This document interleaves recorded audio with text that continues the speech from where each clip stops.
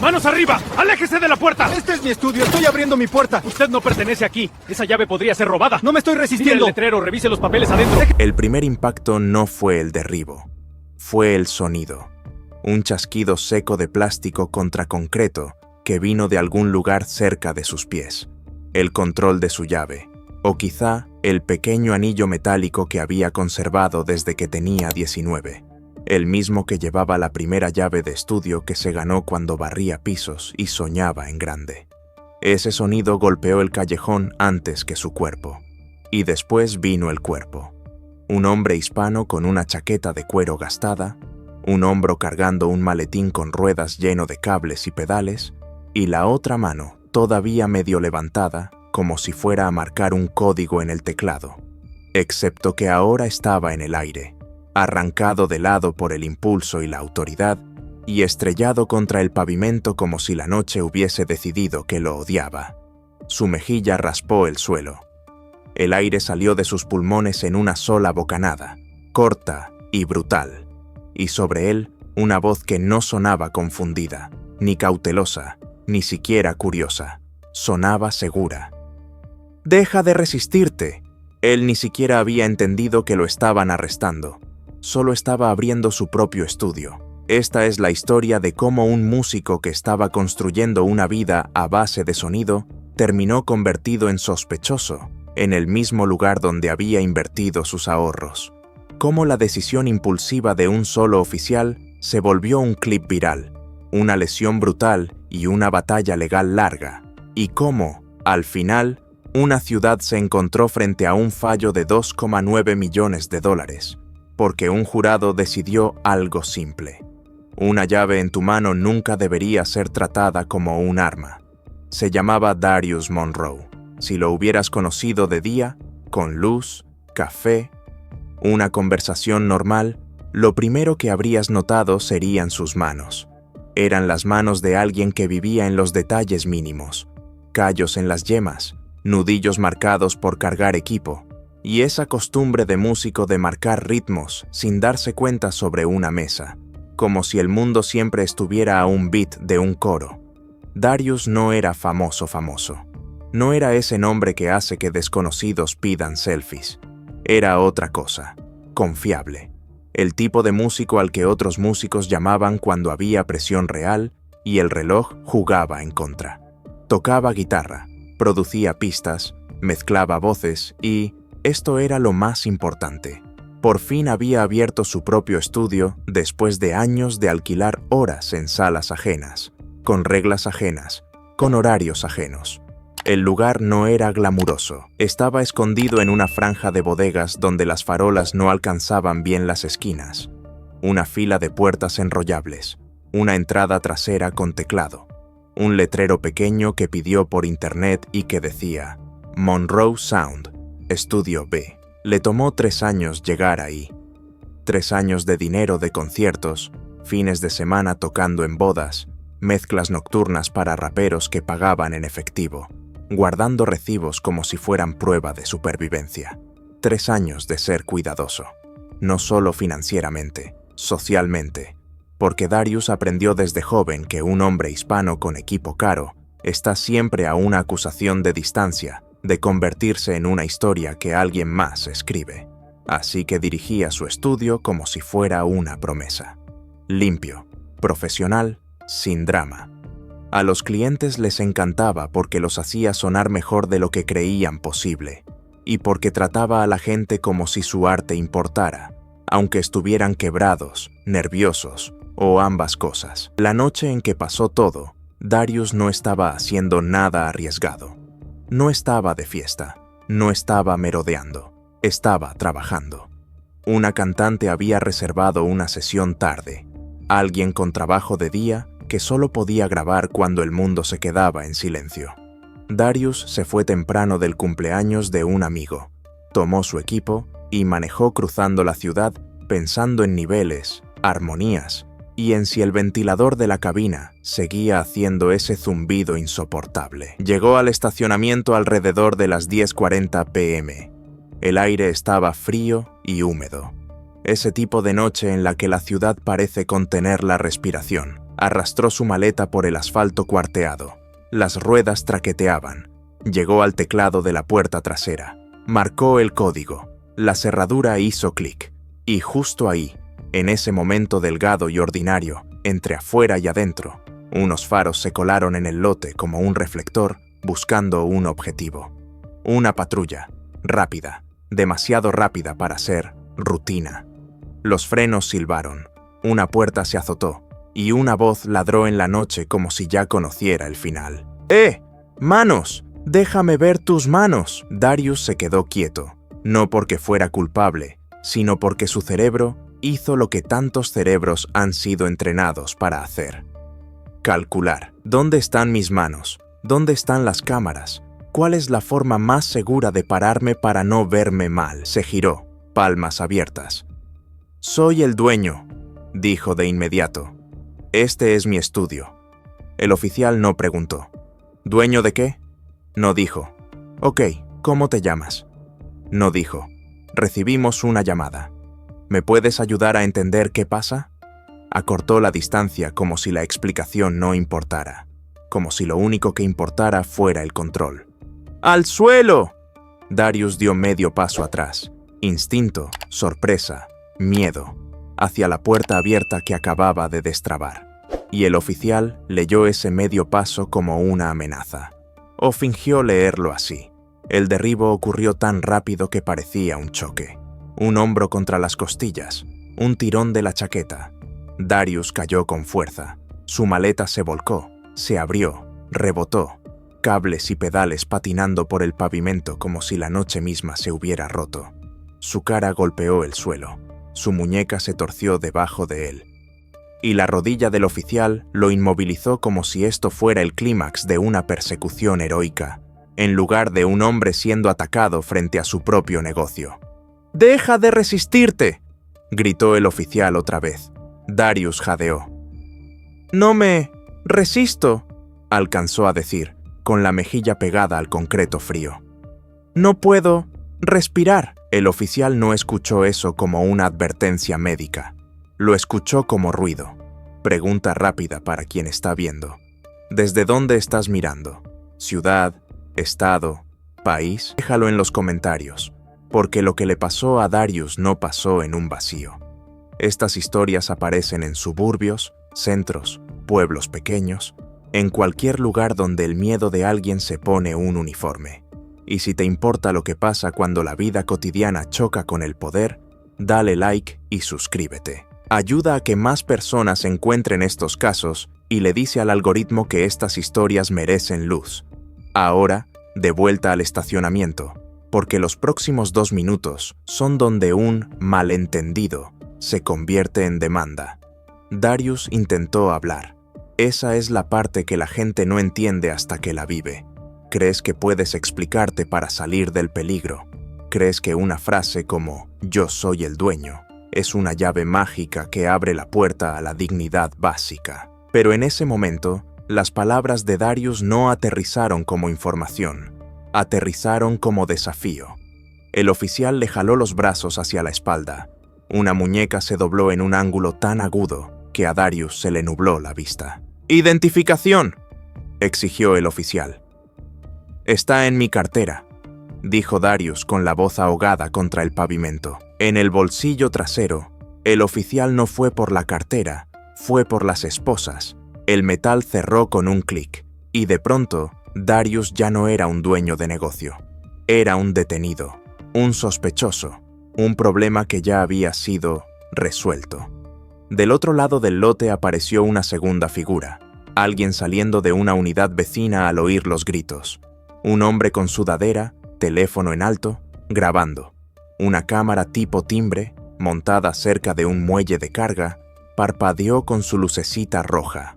Otra cámara en la esquina del edificio apuntaba al lote y captaba la escena en una toma amplia y granulada.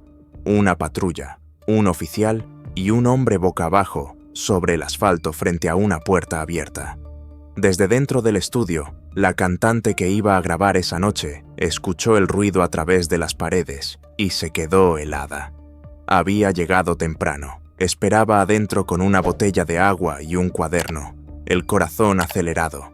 Vio al oficial por la ventanilla interior. Vio a Darius en el suelo, e hizo lo que la gente hace cuando la realidad se vuelve increíble. Agarró su teléfono. ¡Oficial!, gritó a través de la puerta. ¡Ese es Darius! ¡Él es el dueño! El oficial giró la cabeza hacia el sonido, irritado. ¡Quédate adentro!, como si ahora ella fuera la amenaza. Darius levantó un poco la cara, la mejilla manchada de polvo. «Por favor», dijo, ya sin orgullo, sin enojo, solo humano. «Revise el contrato, revise el letrero, revise lo que sea». El oficial por fin tomó la cartera de Darius, la abrió y sacó la licencia. Y en el instante en que vio la dirección, su postura cambió.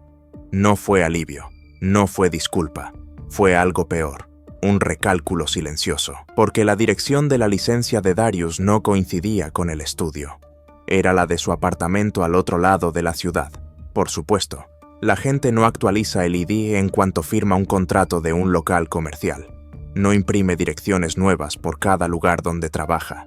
Pero el oficial trató esa brecha normal como si fuera prueba. «Esto no dice que seas dueño de nada», espetó. Darius, inmovilizado, esposado, respirando superficial, intentó una vez más. «Puedo mostrarle documentos», dijo. «Mi nombre está en el contrato, la licencia del negocio está adentro, la empresa de alarmas». El oficial lo cortó. «Recibí una llamada por un intento de robo», dijo. «Coincides con la descripción». «¿Qué descripción?», preguntó Darius, la voz temblando ya. No por miedo a que lo atraparan, sino por miedo a ser aplastado por una historia que nunca fue suya. El oficial no respondió, porque la descripción era la más vieja del libro. Hombre hispano, de noche, cerca de propiedad, sospechoso.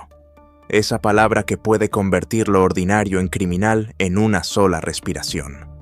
La llamada vino de un edificio de oficinas cercano, de esos donde las luces se apagan a las 6 p.m., pero las cámaras de seguridad nunca duermen.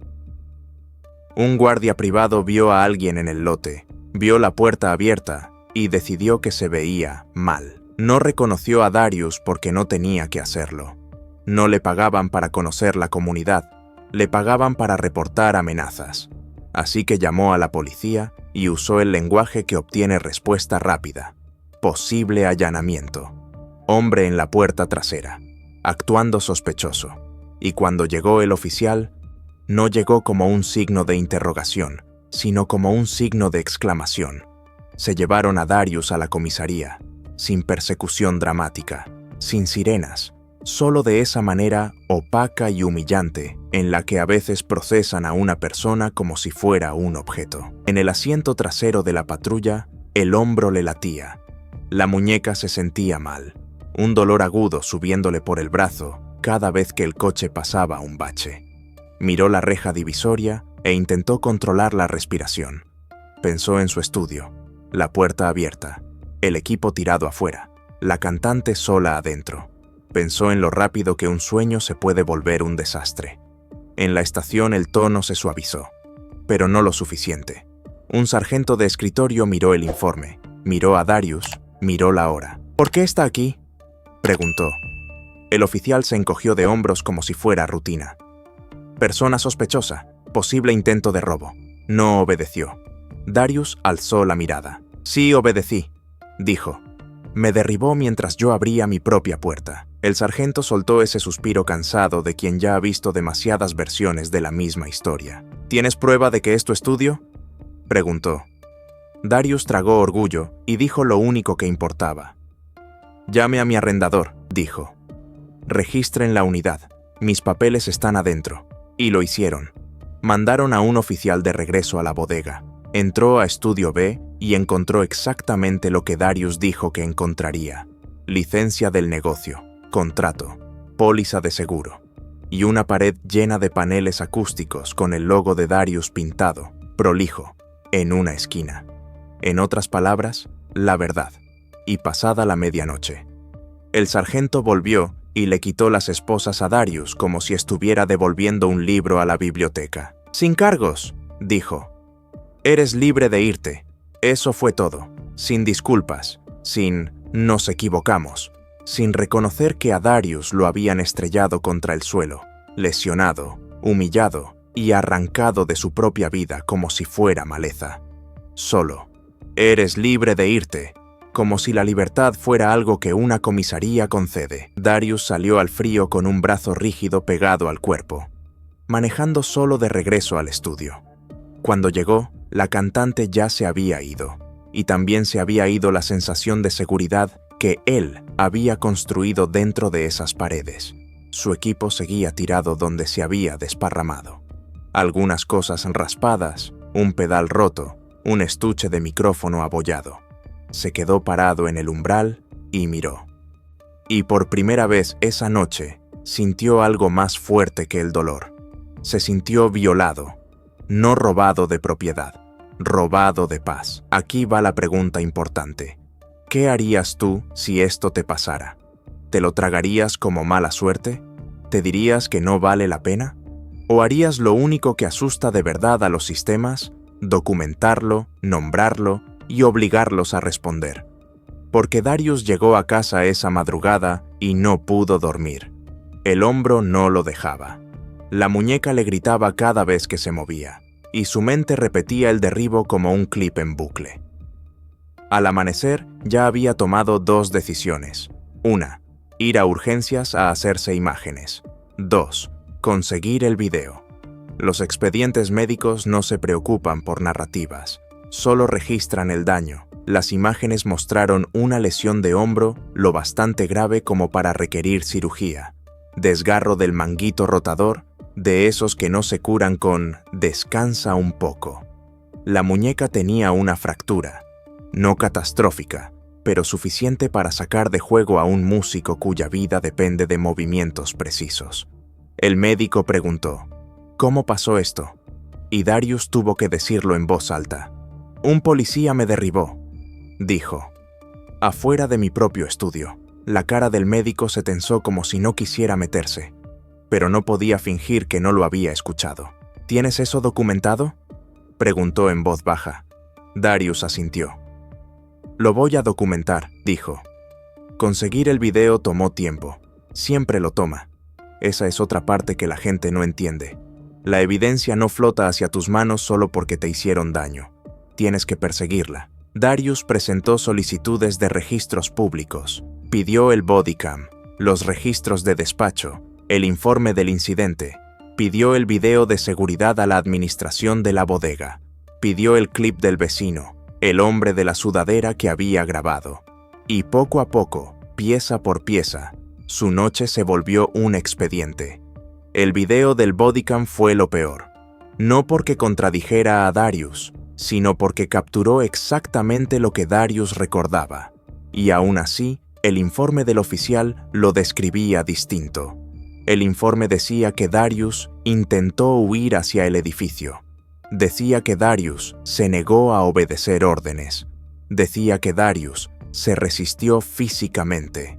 Pero la cámara mostraba a un hombre girándose hacia una puerta que acababa de abrir, con las palmas arriba, explicando. La cámara mostraba al oficial acortando distancia y derribándolo antes de verificar nada.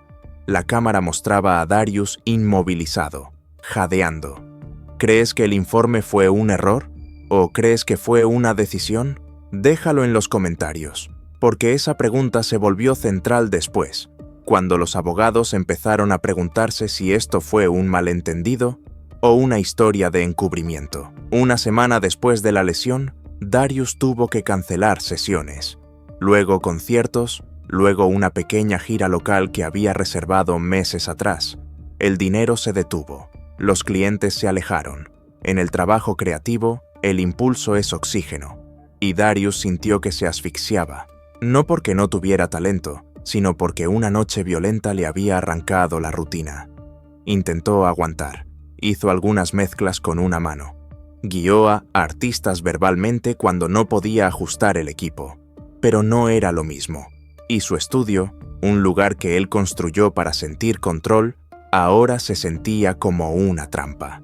Cada vez que se acercaba a la puerta trasera, pensaba en faros. Cada vez que un coche bajaba la velocidad en el lote, su cuerpo se tensaba. Se descubrió mirando por encima del hombro dentro de su propio edificio. Ese es el costo oculto. No son solo moretones. Es lo que le enseña a tu sistema nervioso. Al principio, la ciudad trató a Darius como un problema que desaparecería si lo ignoraban. Se presentó una queja interna. Estaba en revisión. Pasaron semanas, sin respuesta real, sin disciplina visible. El oficial siguió en servicio, así que Darius llamó a una abogada, no porque quisiera un premio, sino porque quería una línea escrita con tinta que dijera: esto no fue normal.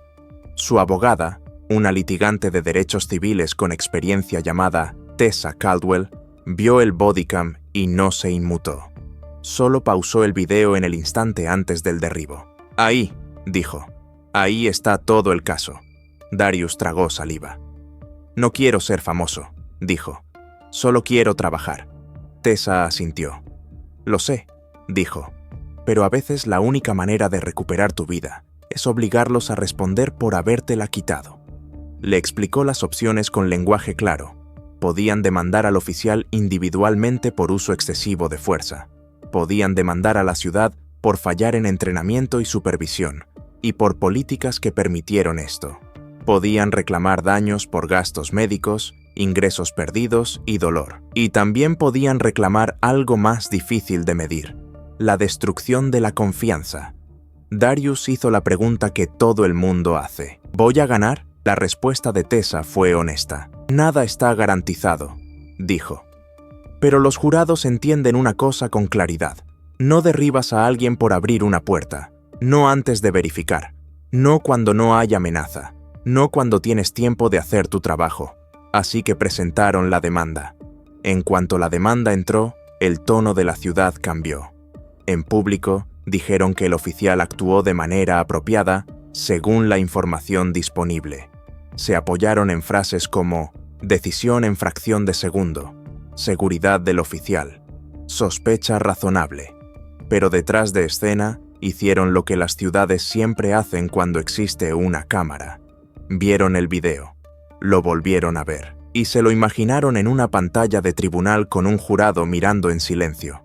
Porque el video no mostraba peligro, mostraba impaciencia, mostraba escalada, mostraba a un hombre siendo castigado por estar presente. La fase de descubrimiento es donde mueren las historias educadas. Ahí se sacan correos, se revisan entrenamientos, se arrastran historiales de quejas a la luz.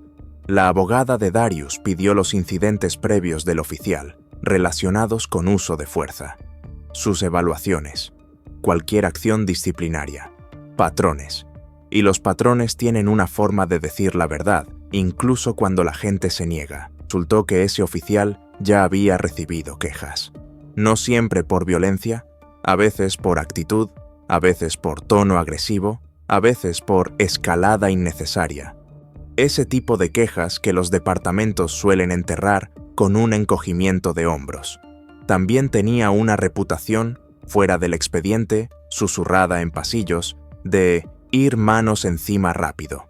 Y eso importa, porque un jurado no mira solo una noche. Un jurado mira si una ciudad vio un problema y lo ignoró hasta que alguien quedó tan herido que tuvo que demandar. La ciudad ofreció un acuerdo temprano, una cifra que suena enorme para la mayoría, pero pequeña para alguien con cirugía de hombro y un negocio sacudido. Darius lo rechazó, no por venganza, sino porque quería una rendición de cuentas que se pudiera ver. Quería cambios de política, entrenamiento, reconocimiento. Quería que la ciudad dijera, de alguna forma, esto no debió pasar. La ciudad no quiso, y el caso llegó a juicio. Con eso aumentó la presión. Los medios locales lo cubrieron. El video del vecino circuló. Músicos y artistas empezaron a hablar del tema públicamente, no como política, sino como supervivencia. Esto podría haber sido yo, dijo un productor. Yo también grabo tarde, escribió otro. Una historia que empezó en un lote oscuro se convirtió en un espejo de la comunidad, y la ciudad empezó a entender algo. no solo estaban defendiendo a un oficial, estaban defendiendo una filosofía, una que trataba la presencia hispana como causa probable. Los días de juicio tienen su propio tipo de silencio, un silencio pesado, alfombrado, que hace que cualquier sonido parezca demasiado fuerte. Darius se sentó en la mesa del demandante con un traje que no terminaba de sentirse suyo, el hombro lesionado todavía rígido bajo la tela. Del otro lado estaban los abogados de la ciudad. El oficial estaba detrás de ellos, el rostro tenso, la mirada al frente. En la apertura, la abogada de Darius no dramatizó. No hacía falta. Le dijo la verdad al jurado. ¿Un hombre fue derribado y lesionado mientras abría su propio negocio?, dijo. Y luego el informe oficial intentó convertir eso en resistencia para justificar la fuerza. El abogado de la ciudad respondió con el manual de siempre. Los oficiales responden a llamadas. No tienen el lujo de conocer las intenciones de todo el mundo. Esto fue una situación de movimiento rápido. Entonces la abogada del demandante le dio play. El bodycam llenó la sala con sonidos nocturnos, llantas sobre grava, una orden gritada, el golpe sordo de un cuerpo contra el pavimento. A los jurados no les gusta que los manipulen, les gusta la evidencia. Y la evidencia volvió el aire más frío. Declararon testigos.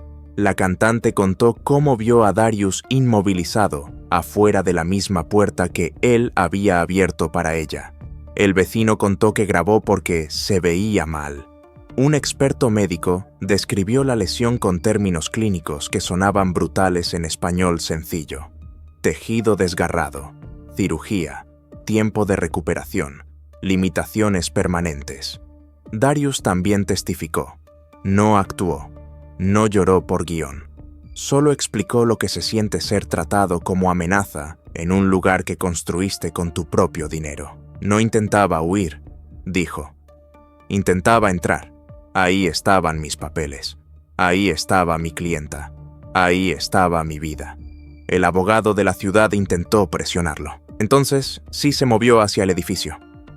Sí, dijo Darius, porque era mío. Entonces no obedeció. Darius lo miró fijo. Levanté las manos, dijo. Hablé tranquilo. Dije que era el dueño. ¿Qué más debía hacer? ¿Teletransportarme a ser creído? La sala quedó en silencio, porque a veces una sola frase captura una realidad entera. El oficial también testificó. Usó el lenguaje con el que lo entrenaron. Evaluación de amenazas, seguridad del oficial, conducta de sospechoso. Pero en el contrainterrogatorio, esas palabras se empezaron a derrumbar. ¿Vio un arma?, preguntó la abogada. No. ¿Lo amenazó? No. ¿Adoptó una postura de pelea? No. ¿Le pegó? No. ¿Verificó si era el dueño del estudio antes de derribarlo? El oficial dudó. Creí que estaba intentando huir, dijo. La abogada levantó el informe. Usted escribió que intentó huir, ¿correcto? Sí. Ella señaló la pantalla y pausó el video en el momento en que Darius da un paso hacia la puerta. Esa es la puerta que él destrabó, dijo. Se oye el clic, se ve la puerta abrirse, ¿correcto? El oficial miró. Sí, y aún así lo derribó. Silencio. El jurado lo observó. Al final dijo, sí. La abogada no gritó, no hacía falta. Oficial, dijo, ¿es posible que interpretara a un hombre hispano acercándose a su propia puerta como huida porque ya había decidido que no pertenecía ahí? Esa pregunta no cayó solo sobre el oficial, cayó sobre la sala, porque el jurado entendía perfectamente lo que se preguntaba.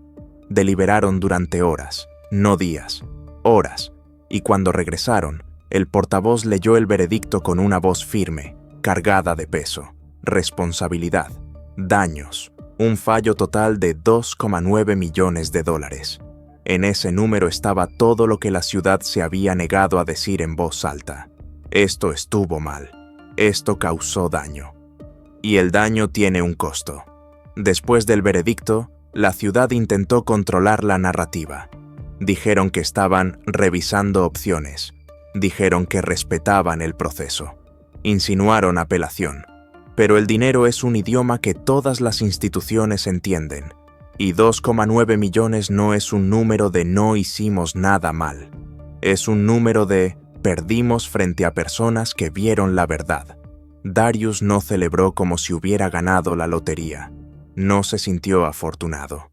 Se sintió cansado, aliviado, sí, pero también pesado, porque una victoria no borra lo que le pasó a su cuerpo, ni lo que le pasó a su sensación de seguridad. No borra el hecho de que durante meses se acercó a la puerta de su estudio como si pudiera morderlo. Pero sí hizo algo importante. Movió la carga. Hizo que la ciudad, una entidad con presupuestos, abogados y comunicados, cargara con una parte de lo que le habían puesto a él. Y eso importa. No solo por Darius, por todos los que abren una puerta de noche y se preguntan si les van a creer. En los meses siguientes, el estudio se recuperó lentamente, como una herida cerrándose. Algunos clientes regresaron, otros no. Pero Darius reconstruyó en pequeñas maneras. Instaló luces más brillantes en el lote, puso un letrero visible cerca de la entrada con su nombre y el número de licencia del negocio. Ajustó los horarios para que hubiera menos sesiones tarde y a solas. No porque deba tener que hacerlo, sino porque la realidad le enseñó que sí. También empezó a hablar con artistas jóvenes sobre algo en lo que nunca quiso ser experto. ¿Qué hacer cuando aparece la policía? ¿Cómo mantener las manos visibles? ¿Cómo narrar tus movimientos? ¿Cómo sobrevivir a que te malinterpreten personas con poder? Esa es la parte trágica. El conocimiento que se transmite no siempre es sobre música. A veces es sobre seguir vivo el tiempo suficiente para lograrlo. Entonces, ¿qué muestra realmente esta historia? Muestra lo rápido que sospechoso puede volverse físico. Lo rápido que una llamada enmarcada por miedo puede volverse fuerza enmarcada como procedimiento. Lo fácil que es escribir un informe de una manera que justifique lo que nunca necesitó pasar. Y también muestra algo más. La rendición de cuentas es posible, pero casi siempre llega tarde, es cara, y solo después de que la vida de alguien haya sido interrumpida lo suficiente como para convertirse en un expediente. Mucha gente quiere que estas historias terminen con una lección limpia. Solo obedece. No salgas tarde, hazte más pequeño. Pero eso no es una lección, es rendición disfrazada de consejo. Darius hizo lo que se supone que debía hacer. Construyó un negocio, trabajó duro, tenía una llave en la mano. Y aún así, su existencia fue tratada como causa probable.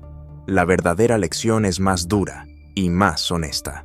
Los sistemas no cambian porque se sientan culpables. Cambian cuando las consecuencias se vuelven inevitables. Cuando jurados ven el video y se niegan a tragarse la historia oficial. Cuando las ciudades se dan cuenta de que ignorar es más caro que arreglar. Cuando personas como Darius se niegan a aceptar que el precio de vivir normalmente sea ser atacado por ello. Déjame terminar con esto. Imagina ese momento otra vez. Un teclado, una puerta, el clic de una cerradura abriéndose. Un hombre con equipo, un horario y una clienta adentro, solo intentando hacer su trabajo. Ahora imagina lo rápido que ese momento ordinario se volvió violento. No porque Darius hiciera algo peligroso, sino porque alguien decidió que él se veía como peligro. Y si te preguntas por qué importan casos como este, aunque no haya muerte, aunque la persona sobreviva, es por esto. Porque la libertad no es solo respirar, es pertenecer. Es el derecho de abrir tu propia puerta sin que te derriben al suelo por ello. Y cuando una ciudad tiene que pagar 2,9 millones por olvidarlo, no es solo un número, es un recibo. Por una noche que nunca debió ocurrir.